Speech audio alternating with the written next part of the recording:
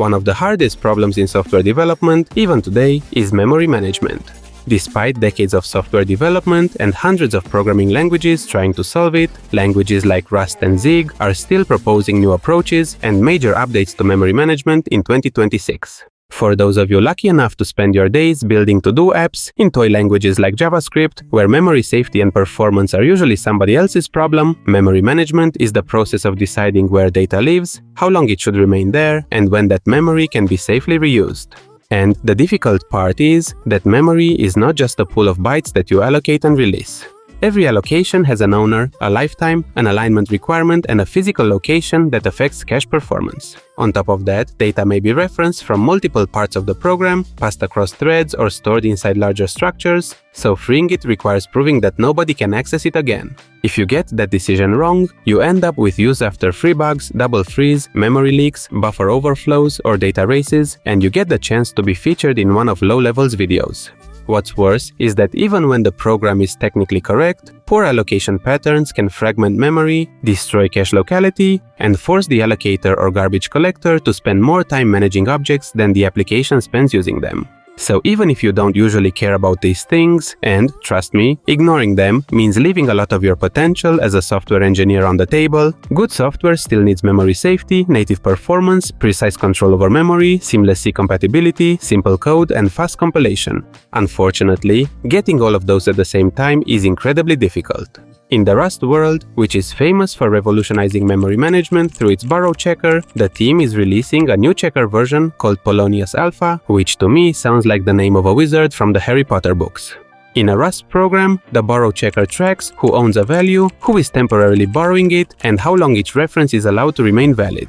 Its job is to reject programs that could access memory after it has been freed, modify data through conflicting references, or move the same value more than once. The basic rule is that every value has one owner. Other parts of the program can borrow that value either through multiple immutable references or through one exclusive mutable reference, but not both at the same time. Once the owner goes out of scope, the value is automatically destroyed without a garbage collector having to inspect the program at runtime. This is what allows Rust to prevent entire categories of memory bugs during compilation while still producing native code with predictable performance. The downside is that the compiler with all its rules will make your life a nightmare. Sometimes this gets so bad that even the Rust team agrees that the borrow checker is sometimes too conservative because it rejects programs that are memory safe simply because its analysis is not precise enough to prove that they are safe. One famous example involves a mutable hash map. But before looking at that in more detail, please let me tell you a few words about today's sponsor. If you have ever asked a coding agent a question about the real world, like which companies are hiring Rust engineers, you know what happens. The agent has no data, so it either guesses or it scrapes something and gets it wrong. Clay is the data layer that fills that gap, and it installs into the agent you already use. You paste a special prompt into Claude Code, it sets Clay up, and then it goes and builds you a list of thousands of leads, or you rewrite the prompt to get any lead list you're looking for. 16 managed functions come preloaded, and when one provider comes back empty, the lookup falls through to the next one instead of handing your agent a null. They also just launched Workflows, which is an orchestration layer you build from the terminal.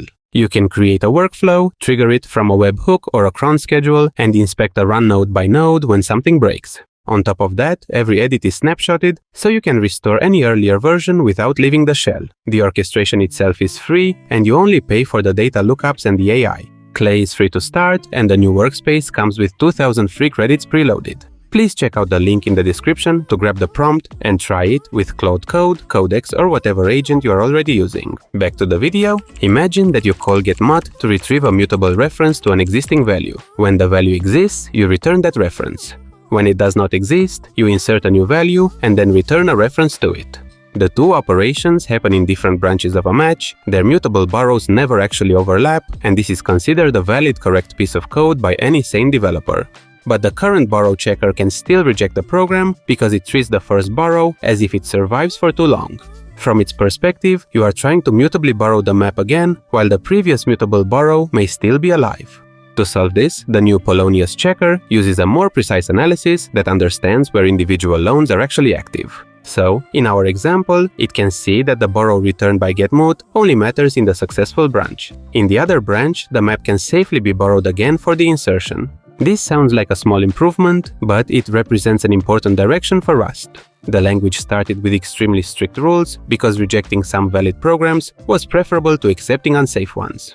Now, the compiler is gradually becoming smart enough to accept more programs without weakening those rules. Of course, a smarter analysis is only useful if it does not make the famously fast Rust compiler even more famously fast. Recent testing was performed on the 10,000 most popular crates. The average compile time regression was around 2%, which means you get slightly longer coffee breaks and more slow fun with frustrating Rust.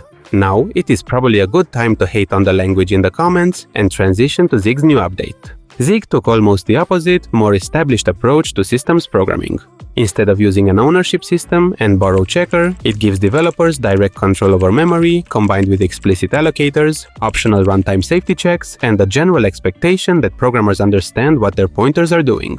This makes Zig considerably easier to approach for developers coming from C, but it also means that Zig does not provide Rust's compile-time memory safety guarantees, which is a major complaint in the community, which led to some pretty petty drama recently. So Zig is now considering an optional memory-safe compilation mode inspired by fil-c.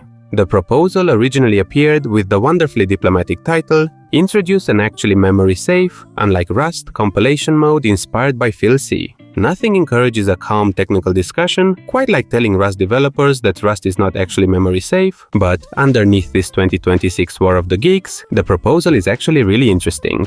Fil-c is a mostly compatible implementation of C and C++ that transforms unsafe LVM operations into dynamically checked operations. It represents pointers using invisible capability information, performs checks when pointers are used, and relies on a concurrent garbage collector to prevent dangling references from silently accessing reused memory. Instead of proving at compile time that an operation is safe, it allows the operation and checks it while the program is running, and any invalid accesses cause the program to panic instead of corrupting arbitrary memory. The proposed Zig mode would apply a similar model to an entire Zig program, including its C and C++ dependencies. In theory, developers could keep writing relatively normal Zig code without introducing lifetimes or a borrow checker. They would select a different compilation target, and the compiler and runtime would enforce memory safety dynamically. There would also be no equivalent to Rust's unsafe escape hatch. Note that safe Rust prevents memory corruption statically, but Rust programs can contain unsafe code and frequently depend on C or C++ libraries. The compiler assumes that those sections uphold Rust's safety invariants. When they do not, the entire program can become memory unsafe. The Zig proposal claims it could provide a stronger whole program guarantee by compiling everything under the same dynamically enforced model. There is, however, a small complication. This could make programs between 1 and 6 times slower, depending largely on how frequently they chase pointers. It would also require a garbage collector, additional pointer metadata, a specialized runtime, and an application binary interface incompatible with normal C libraries. And at that point, I'm not sure we can claim with a straight face that there is a difference between Zig and a garbage collected language like Go. The reality is that Rust and Zig are both trying to solve a really hard problem. They are aiming to reduce the cost of memory safety, but they are placing that cost in completely different parts of the system. Rust places the burden on the language and compiler. Developers must express ownership in a form the compiler understands, and the compiler performs increasingly sophisticated analysis before the application runs. In exchange, ordinary safe code receives memory safety guarantees without garbage collection or runtime checks. Zig's proposed mode places much more of the burden on the generated program. Developers keep the existing language and memory model, while the compiler inserts metadata, runtime checks, and garbage collection behind the scenes. In other words, Rust is spending compiler complexity and developer time, while Zig is proposing to spend CPU cycles and maybe some of the client's time. And before wrapping things up, here is your awesome trivia of the day. Earlier, I said Polonius sounds like a wizard from Harry Potter, but the Rust team actually named it after a character from Hamlet.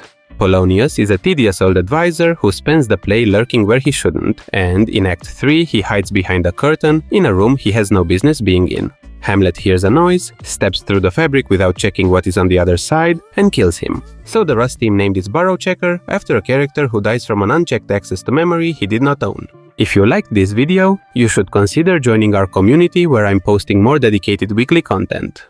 Please don't forget to smash all the buttons, and see you in the next one.